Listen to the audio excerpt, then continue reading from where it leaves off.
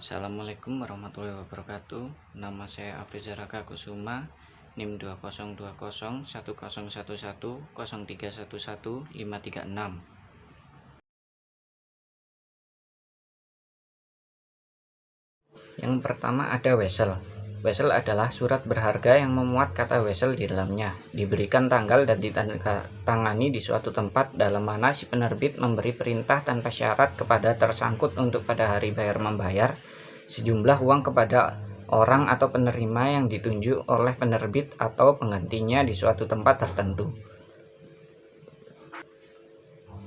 Selanjutnya ada surat sanggup. Surat sanggup adalah surat berharga yang memuat kata accept atau promise dalam penerbit menyanggupi untuk membayar sejumlah yang kepada orang yang disebut dalam surat sanggup itu atau penggantinya atau pembawanya pada hari bayar.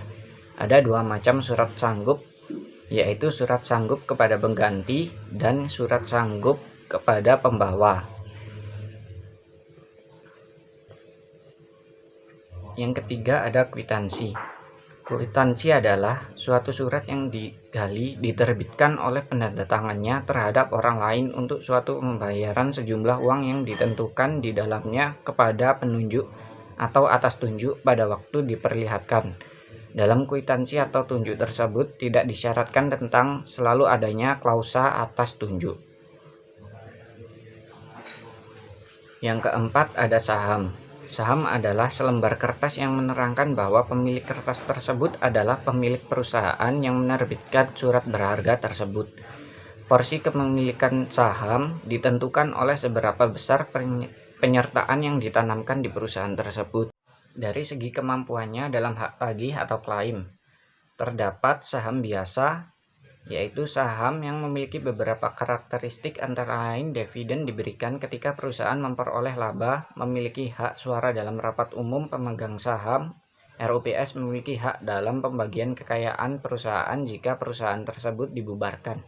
Setelah semua kewajiban perusahaan dilunasi, memiliki tanggung jawab terbatas sesuai dengan besar proporsi sahamnya dan memiliki hak untuk mengalihkan kepemilikan sahamnya. Lalu ada saham preferen. Saham preferen memiliki beberapa karakteristik, yaitu memiliki hak lebih dulu dalam memperoleh dividen, dapat memengaruhi manajemen perusahaan terutama dalam penyalonan pengurus perusahaan, memiliki hak pembayaran maksimum sebesar nominal saham lebih dulu setelah kreditor, dan apabila perusahaan dibubarkan memiliki hak memperoleh pembagian kekayaan perusahaan di atas pemegang saham biasa setelah semua kewajiban perusahaan dilunasi. Selanjutnya dari segi pemeralihannya saham dapat dibedakan menjadi dua, yaitu saham atas unjuk dan saham atas nama. Saham atas unjuk tidak tertulis nama pemiliknya agar mudah dipindahkan tangan dari satu investor ke investor lain secara hukum. Siapa yang memegang saham tersebut maka dialah yang diakui sebagai pemiliknya dan berhak untuk ikut hadir dalam RUPS. Lalu saham atas nama merupakan saham dengan nama pemilik yang ditulis secara jelas dan cara peralihannya harus melalui prosedur tertentu, yaitu dengan dokumen peralihan dan kemudian nama pemilik dicatat dalam buku perusahaan yang khusus memuat nama pemegang saham. Dari kinerja perdagangan maka saham dapat dikategorikan sebagai berikut. Ada saham unggulan, merupakan saham biasa dari suatu perusahaan yang memiliki reputasi tinggi sebagai pemimpin di industri sejenis, memiliki pendapatan yang stabil dan konsisten dalam membayar dividen. Lalu ada saham pendapatan, merupakan saham dari suatu emiten yang memiliki kemampuan membayar dividen lebih tinggi dari rata-rata dividen yang dibayar pada tahun sebelumnya. Emiten seperti ini biasanya mampu menciptakan pendapatan yang lebih tinggi dan secara teratur membagikan dividen tunai. Emiten ini tidak suka menekankan laba dan tidak mementingkan potensi pertumbuhan harga saham.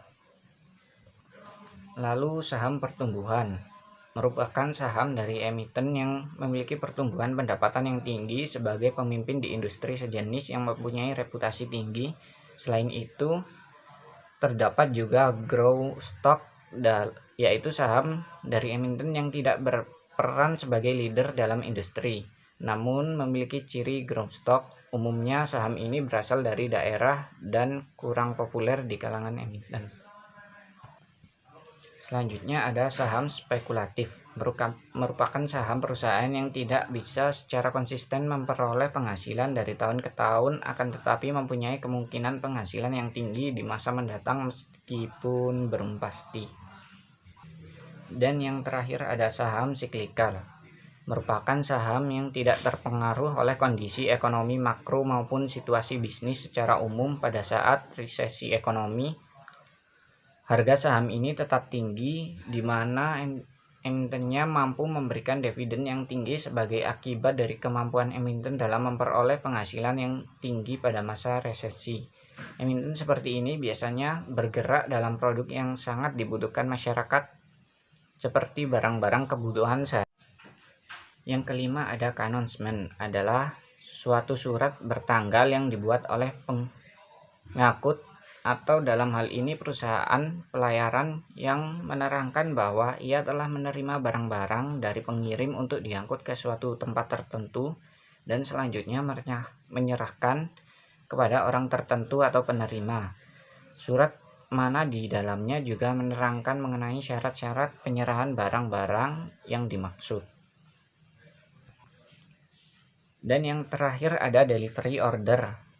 Pasal 510 KUHD menentukan bahwa pemegang yang sah berhak menuntut penyerahan barang di tempat tujuan dengan isi konsumennya kecuali bila ia menjadi pemegang tidak sah menurut hukum. Surat-surat yang oleh pemegang konsumen dikeluarkan kepada pihak ketiga dengan maksud agar dengan itu diterima bagian dari barang-barang yang disebut dalam konsumennya, tidak memberikan hak tersendiri kepada para pemegang atas penyerahan terhadap pengangkut. Sekian penjelasan dari saya, kurang lebihnya mohon maaf. Wassalamualaikum warahmatullahi wabarakatuh.